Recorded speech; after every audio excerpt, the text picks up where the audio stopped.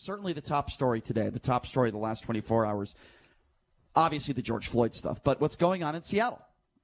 If you haven't been paying attention, and by the way, I hate Seattle. I just want to be clear on that one. Seattle, I will never, ever, ever go back to Seattle ever, ever again. I hate that city. I think it is just the worst city. As far as it raining 11 months out of the year, every single day, everybody dresses like Kurt Cobain. I can't stand Seattle. It sucks. It's just the worst. I'll never go back there. Really, I'm not kidding. I will never go back to that city. So help me God. You'd have to pay me a lot of money just to go there for 2 days, okay? It's awful. I don't like the people there. They're passive-aggressive. They're still wearing their flannels. Drugs and alcohol everywhere. Well, maybe to some people that's okay. But it's just a terrible city. I hate it.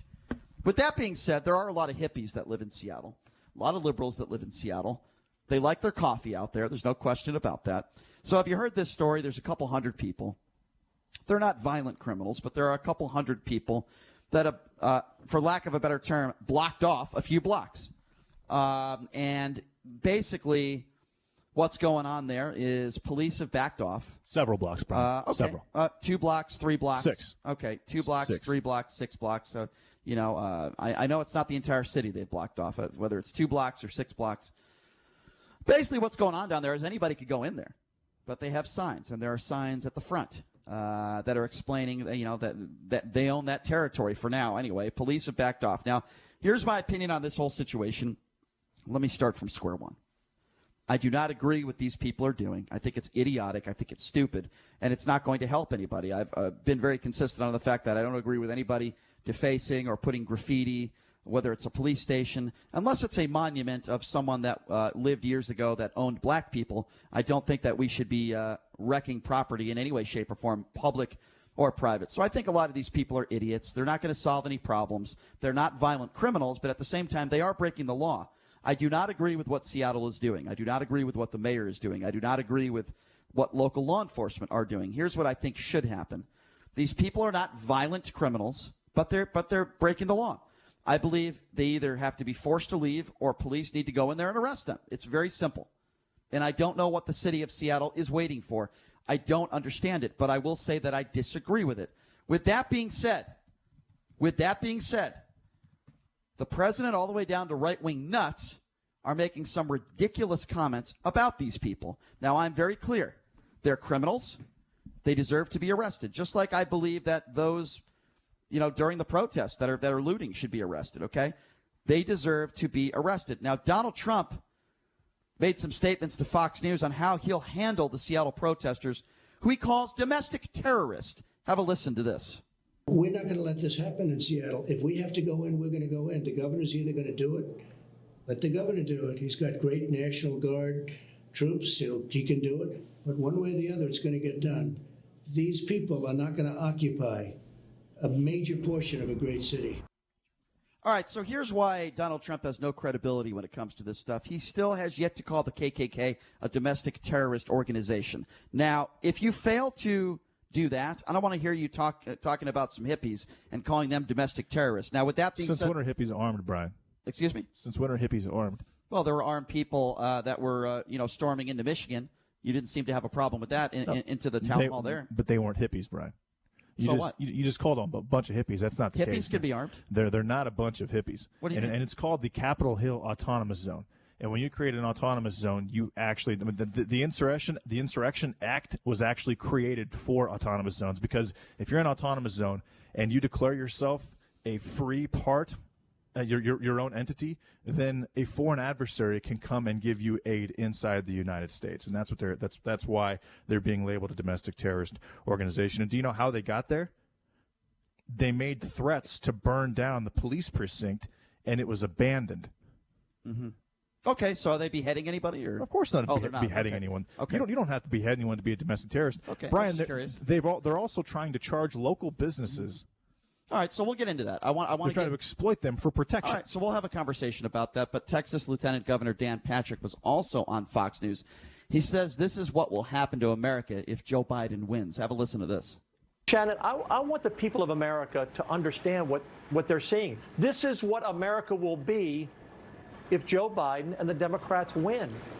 And for the independents out there and the soccer moms, those groups who may lean Democrat, your family's life will be in danger. And all you have to do, we're seeing the laboratory right now. We're seeing this experiment. Can you imagine, Shannon, you and your family living in one of these residences in this area, having to show your ID before you go into your own home? This is unimaginable in America, and this is the future. Okay, first of all, let me just say this. Dan Patrick is a complete idiot. He then compared these people to ISIS. Have a listen to this. Is it a bit much? Are you overstating it by saying people's lives will be in danger because of activities like what we're seeing in Seattle? You bet. When you take out law enforcement, when you let the mob control your life, this is no different than ISIS taking over cities in the Middle East. Okay, Dan Patrick has an extremely low IQ.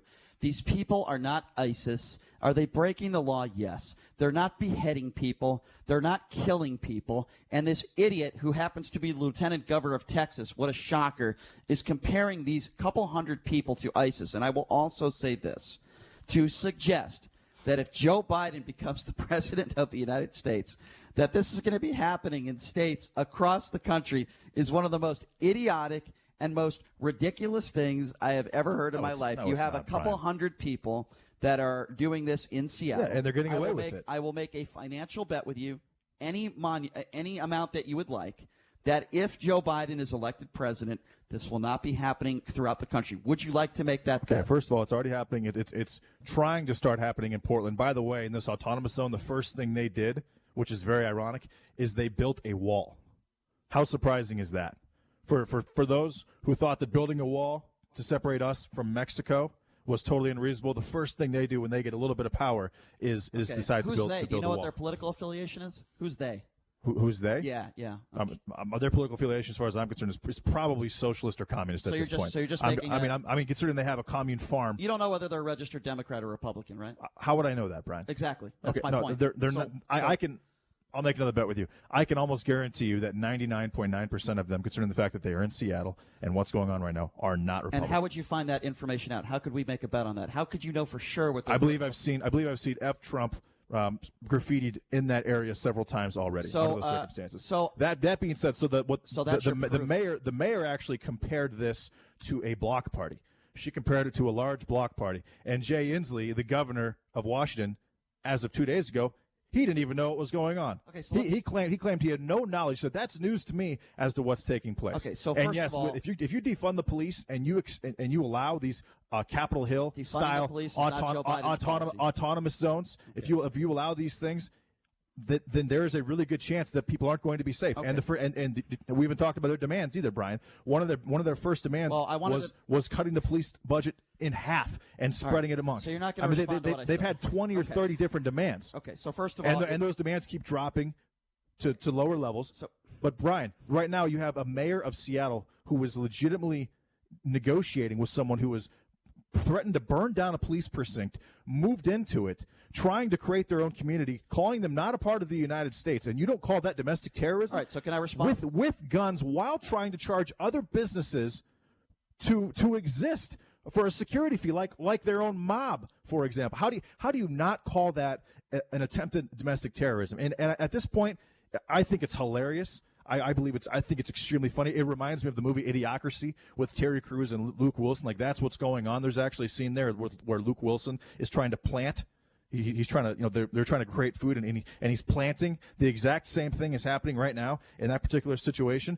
And I hope it sustains, because I like the country seeing how radical people can be and what the other side is. Right now, it's an absolute truth. Based on what's happened in the last couple of weeks, the country has a very good chance of being not safe, not pro-business, with very few police. I mean, there's a lot of things that if you're watching this and you're thinking about voting in November, you're like, wow, Donald Trump is the only option at this point, because the alternative is so completely radical and insane. And I wish I was just making this up, but I'm not, Brian. I mean, you have the Minneapolis City Council, the Seattle City Council. There have been some serious extremist views that have infiltrated, and obviously the mayor of Seattle, that have infiltrated these cities. and they have a legitimate influence on what's taking place right now, Brian. And so, yes, do I consider them a domestic terrorist organization?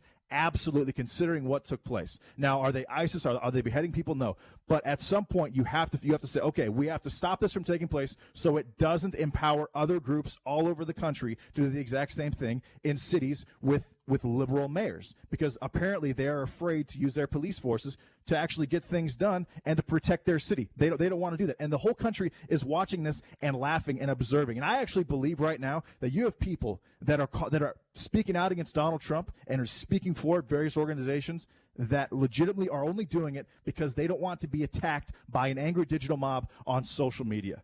I think you have more people than you've ever seen. Not just a silent majority. I'm people who literally are right now speaking out against Trump, who will absolutely vote for him in November because they know how unreasonable people are right now, how emotional people are right now, and they don't want to be attacked. Okay, you didn't answer my question, which was about 5 minutes ago. So I will take that as you don't agree with the bet. If I could just talk for more than I think this will happen. Okay, if I could just talk for more than 6 seconds, I just gave you 5 minutes. Please, thank you. So you mentioned defunding the police. That is not the Democratic platform. It is not Joe Biden's platform. There might be one or two idiots out there that agree with it, but the majority of all Democrats do not agree with defunding the police. So it's not even worth talking about it when you bring that up. That's number one. Number two. I said there's no chance that this is going to happen throughout the country, and there's no proof that if Joe Biden is the president that there's going to be a movement and this is going to happen throughout the country. That is also an idiotic claim that Republicans are making, and there's no truth to back that up. Number three, yes, you're right. This is not ISIS. This is not a terrorist organization. Oh, it is a terrorist organization. So if They're just not beheading people. So if you could just let me give my reasons why before you interrupt me, please. So the reasons why I believe this is not a terrorist organization, because they haven't done any violent crimes.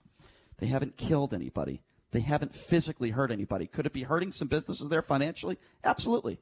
And that's why at the start, because I have intellectual honesty, and you keep bringing up the mayor, I told you I don't agree with the mayor. I don't agree with the way they're handling this. There's a simple fix here. And the simple fix is let police go in there, force people out, and if they still refuse to leave, arrest them. But here's what would happen here, because I'm just going by the law. You can call them a terrorist organization till the cows come home. Here's what the law would say. There are specific crimes that they are committing. Terrorism has nothing to do with that crime. They're not setting off bombs. They're not trying to kill people. What they are doing is they are breaking the law. They would probably spend a day in jail. They would have a court hearing, and if most of these people, I would imagine, are not violent criminals, they would probably get probation, and they would probably have to pay a fine. There are idiots on the right that are saying these people deserve life in prison. They deserve to go to idiot Wayne Allen Root, local radio host Wayne Allen Root, said that he believes that these people should go to, well, you're shaking your head, but it's absolutely true. I'm trying to give the guy press. Okay, well, you know what? If you hate him, we'll stop giving him press. Okay, well, I'm going to mention that because it's important, because he represents a lot of right-wing nut jobs out there that have the same sentiment that he has. There are people out there like Wayne Allen Root that believe that some of these people deserve to go to Guantanamo Bay for the rest of their lives. Okay, that is completely buffoonery, and it is completely ridiculous. And that's to set an example, Brian. Okay, so let's forget about law, and let's just put somebody in jail for the rest of their lives to set an example. That is idiotic. I prefer doing that and making example, setting precedent to prevent this from happening again, as opposed to having to do something like the Insurrection Act and bringing in the military and cleaning them out and possibly dealing with violence. So I want to be clear. And that's what's going to happen. I want to be clear if the National Guard or one of these military units is called out there, and they don't just leave when they're asked to leave, and they have weapons, there's going to be violence. People are going to die. Can I ask? And I would much prefer to yes, okay. Under those circumstances, that's what will happen. Okay. And so I would much prefer if the hammer was dropped down on them to tell anyone else who tries to do this across the country that you cannot do this, or this will be the consequence for it. Why is it when we talk about a lot of racially charged issues, for example, the lynching of Ahmaud Arbery or the death of George Floyd, why is it that so many people out there have so much more anger towards these couple hundred people in Seattle that haven't physically harmed anyone than black people being violently killed by white people. Why is it that conservatives and Republicans out there have spent less time talking about Ahmaud Arbery and more time talking about a couple hundred people in Seattle that are breaking the law that are not violent criminals? That isn't true. Brian, yes, it is. Can you please answer that question for me? We talked about Arbery. I think we had 3 full shows talking about Arbery. That's first of all, you didn't hear my question. I heard your question. You're suggesting that. Brian, we've been talking about this for I think about 15 minutes roughly. I brought it up a couple days ago, and you shrugged it off. During one of my statements. And by the way, when you talk about terrorists, hold on, you're not even answering my question. Intimidation applies to terrorism, and that's what's going on. When you are trying to get money from people in return for protection, that is intimidation. So that alone can apply to terrorism. And the fact that they are under the, as an autonomous zone, they are able to get some type of help from a foreign adversary, that applies as well. And Brian, we talked about Ahmaud Arbery for 3 days, and I totally agree that Travis McMichael, he could possibly get the death penalty. I don't think it's going to happen. Again, but he should definitely get life without parole. You're not listening to I my did listen question. to you. I just answered your question. Because I didn't specifically address you. I said, why is it that there are so many people on the right and so many people that show more anger towards these few hundred nonviolent people in Seattle than lynching? And I will also ask this question. What about the armed militia members storming the Michigan Capitol? You didn't seem to have any issue with them. Brian, it's an open carry state, first and foremost. They stormed into the Capitol with weapons. They didn't have any issues with that. They didn't loot. They didn't riot. They didn't occupy it, and they left. You don't have to loot and riot. They have not sat there for 2 or 3 days they blocked traffic. and created a community and called it outside of the United States. They blocked traffic. You don't have a problem with that? Comparing that to this is not even the same conversation. But they blocked traffic. They harmed people in that way. Do you know how many Black Lives Matter protests blocked traffic? I'm not talking about Black Lives Matter. A lot of them. I'm not doing that. I'm not talking about Black Lives Matter. I will tell you this. I do not agree with any protest that isn't pre-planned. So for the record, that isn't pre-planned, that just blocks traffic. I don't agree with that. Right, I don't care. I don't care what organization it's for. Hold on. So for the record, I just want to be clear on this. For the record, it is your position that those few hundred people that have blocked off, let's just say 6 blocks in Seattle, it is your position that haven't physically hurt anybody. It is your position. We don't know what's gone on inside there as far as who's been hurt. We know Raz Simone is the leader. You can't have a conversation with me if you don't let me finish my question. There are reporters inside that 6-block zone, so they are reporting on what's happening. Yes, they are reporting on what's going on, so that's not true. So I'll start over. It is your position that those people who have not physically harmed anyone, yes, they're breaking the law. Yes, I don't agree with what they're doing. But it is your position that those few hundred people should spend the rest of their lives in jail as an example? Is that your position? I think that anyone involved in letting this armed occupation take place who is complicit in this should be made an example of so that it does not happen again. Because here's the alternative. If the PD isn't going to do anything, there's 3 levels. There's 3 levels of security in the United States. You have the local police, you have the National Guard, and you have the Army. And if the National Guard comes in and they don't want to do anything, then the Army has to come in, and they will absolutely do what they have to do. And that will likely result in lives lost. I would much rather have the people who are doing this be made an example of than have it pop over all over the country, and then us have to probably use, I don't know, 80,000 troops. Okay. We'll call it 40,000 troops across the country to stop these things from happening. There's no proof that that's going to happen. But you didn't answer Brian, my question. Well, if the police ask them to leave and they don't leave, then what's the alternative? The alternative it's the same thing as what happened in New York City, where all the looting and rioting took place, and Andrew Cuomo refused to call in the National Guard. Let me try to ask the police at this point, they feel like they can't do what they have to do to enforce the law because they're perceived so poorly by the public. Okay. Again, you didn't answer my question. I don't think you've answered one of my questions. Yes, I have. Okay, no, you didn't. It's a yes or no question. You made a statement. No, I don't think every single person, not every single person. I think that's so just choose. I think that the leaders of this particular situation. There are no leaders. Yes, there are. Look up Raz Simone. They're all in this together. Raz Simone walks around with an AK-47 and a handgun. Brian, he called himself the leader and the police of the. Is it illegal to walk? So now all of a sudden you don't like people carrying guns. I understand. He referred to himself directly as the leader. So if it doesn't set the right wing narrative. Then all of a sudden you're not okay with open carry. There's nothing to do with right-wing Washington is an open carry state. So what's your issue with him carrying a gun then? No, why would you bring that up? He called himself the leader. I'll go further. Why would you bring up his gun? Whoever was the one who actually made the threat to shut down the police precinct. Because, again, Brian, remember, the only reason the police precinct was left to put them in this position was because there was threats to burn it down. How is that not terrorism? How a threat for that to happen, a threat for violence or intimidation, how is that not terrorism? Okay, I just find it convenient and interesting that all of a sudden you have an issue with someone in an open carry state with a gun when it doesn't fit your narrative. But when it comes to the militia, you have no problem with them carrying guns and you defend them. But when it doesn't fit your political narrative, then all of a sudden you have an issue. I didn't say I had a problem with it. I said that he called himself the leader. All right, so, well, you mentioned the fact that he was carrying guns, which has absolutely nothing to do with it. All right, so here's what we're going to do. We're going to take your phone calls now. 702-257-5396. We're talking about what's taken place in Seattle. A couple hundred people, nonviolent criminals, have taken over 6 blocks, and some people think they should go to Guantanamo Bay and spend the rest of their lives in prison.